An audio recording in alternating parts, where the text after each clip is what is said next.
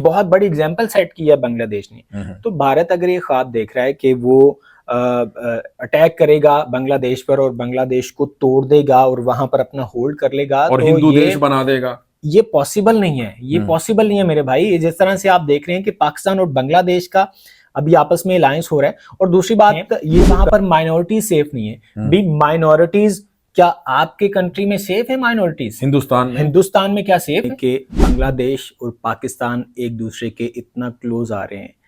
अब ये जो इनका क्लोज आना है, ये भारत को किसी भी सूरत बर्दाश्त होगा? कभी भी नहीं होगा। क्यों? क्योंकि उसको पता है कि अगर पाकिस्तान और बांग्लादेश एक हो जाते हैं इनका। अस्सलाम वालेकुम व्यूअर्स, मैं हूं एहसान खान और आप देख रहे हैं यूट्यूब चैनल एहसान रिएक्शन विद एहसान। इस्कॉन बांग्लादेश और फिर उनके जो चीफ हैं चिन्मय कृष्णदास, उनको अरेस्ट कर लिया गया बांग्लादेश की हुकूमत की तरफ से। फिर बाद में जो मोदी सरकार है उन्होंने स्टेटमेंट जारी किया कि भाई हिंदू यहाँ पर प्रोटेक्ट नहीं है, हिंदू सेफ नहीं है, मिनॉरिटीज़ का ख्याल नहीं रखा जा रहा बांग्लादेश में, एक्सट्रीमिस्ट बड़ी ख़तरनाक लेवल तक पहुँच चुकी है, ये है वो है। और काफ़ी प्रोपेगेंडा इंडियन और गोदी मीडिया ने इसके ऊपर फैलाया। लेकिन दूसरी तरफ बांग्लादेश अब वो बांग्लादेश नहीं है भाई, टिट फॉर टैट, जैसे को तैसा, ईंट का जवाब पत्थर से। और बांग्लादेश ने कहा कि भाई पहले अपने गिरेबान में झांको, क्या वहाँ पर मिनॉरिटी सेफ है। ये सारा सिलसिला चल रहा है। लेकिन कल एक बहुत बड़ी जो डेवलपमेंट ये हुई कि जो कलकत्ता का डिप्टी हाई कमीशन का ऑफिस है उसके बाहर तोड़फोड़ हुई। जो हार्डलाइनर हिंदू हैं वो आए, उन्होंने आके वहाँ पर हमला किया। और फिर अगरतला जो त्रिपुरा का कैपिटल है उसमें भी आकर उन्होंने आज हमला किया। फिर बांग्लादेश ने उसका बड़ा सख्त रिस्पॉन्ड किया है। इस सारे के सारे मामले पर बात करने के लिए पाकिस्तानी बड़े मशहूर पत्रकार हैं जुबैर वड़ैच साहब हमारे साथ मौजूद हैं। उनसे ये सारी इसके ऊपर खुलकर हम बात करेंगे। तो जुबैर साहब, बहुत शुक्रिया, आपने एहसान रिएक्शन के लिए टाइम निकाला। जी, आपका बहुत शुक्रिया।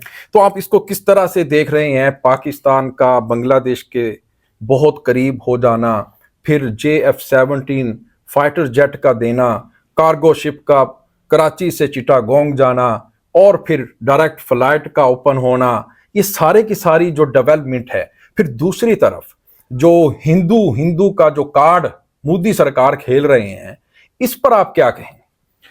बहुत शुक्रिया एहसान आपका। सबसे पहले तो हम ये बात करें कि बांग्लादेश और पाकिस्तान एक दूसरे के इतना क्लोज आ रहे हैं।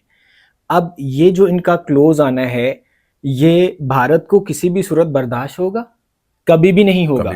क्यों? क्योंकि उसको पता है कि अगर पाकिस्तान और बांग्लादेश एक हो जाते हैं, इनका आपस में जो फौज है उसका अलायंस हो जाता है, इनकी ट्रेड ओपन हो जाती है, जिस तरह के 1971 के बाद फर्स्ट टाइम जो है वो शिपमेंट गई है जी। ये सारे रास्ते अगर खुल जाते हैं तो भारत जो प्रोपेगेंडा करता था तो वो क्या उसमें उसको कामयाबी मिलेगी? बिल्कुल भी नहीं मिलेगी। तो यही तो वो एक रीजन है कि जो भारत सरकार, मोदी सरकार को किसी भी तरह हजम नहीं हो रही।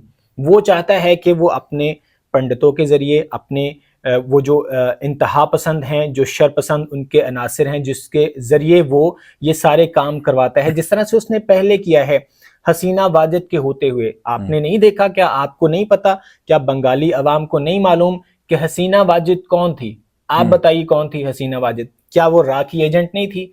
क्या उसने कठपुतली के तौर पे काम नहीं किया?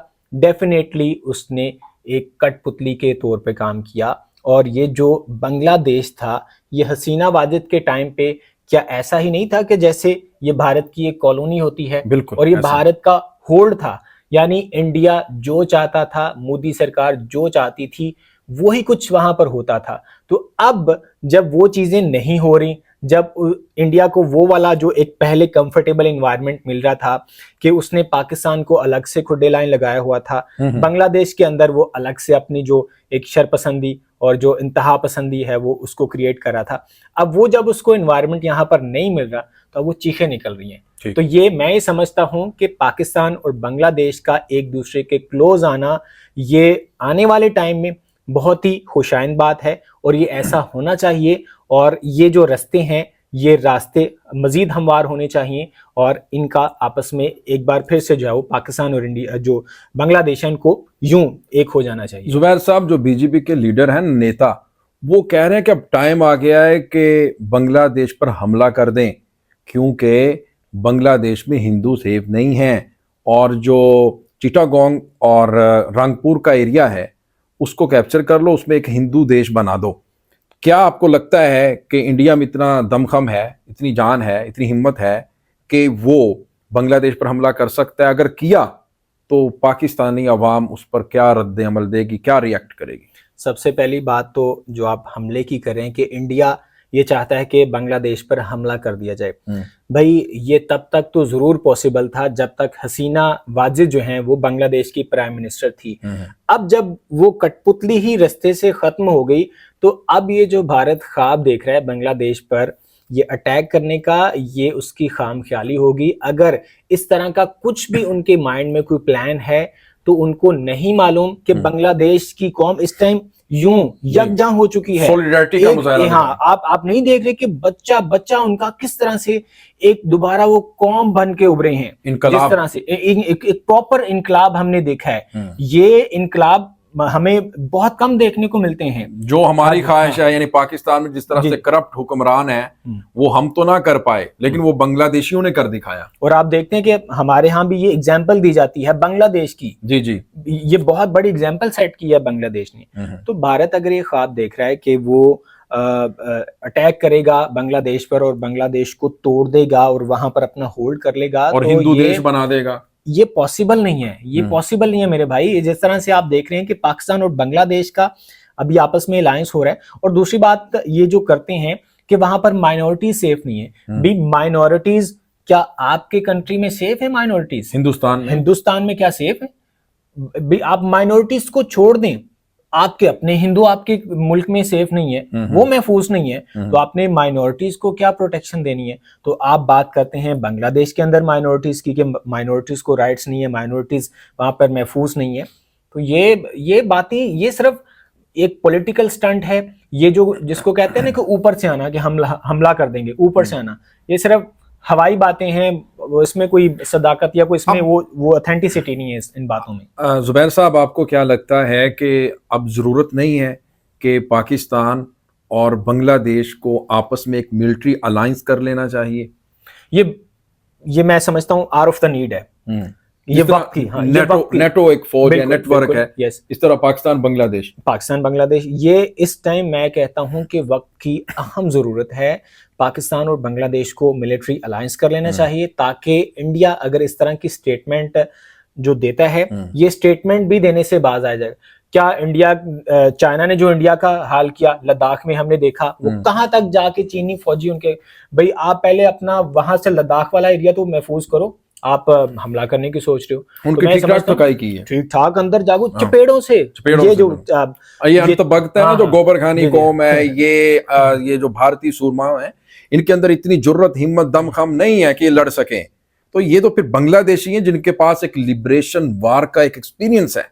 तो ये तो आपको ऐसे तिगनी का नाच नचा के रखते हैं, दिन में तारे नजर आएंगे। बिल्कुल ऐसे ही है ना, बिल्कुल ऐसे। तो आखिर में क्या पैगाम देना चाहेंगे? सॉलिडरिटी, यकजहती, दोनों कौमें आपस में मिलें जुलें, और वो पाकिस्तान में आए तो पाकिस्तानी बांग्लादेश में जाएं। और अब वीजे भी बंद कर दिए हैं जुबैर साहब, इंडियन ने ट्रेड भी बंद कर दिया बांग्लादेश के साथ। तो पाकिस्तान में वो किसी ना किसी तरीके से तो बंगालियों को तंग करेंगे, लेकिन करें तंग, कितना तंग कर सकते हैं?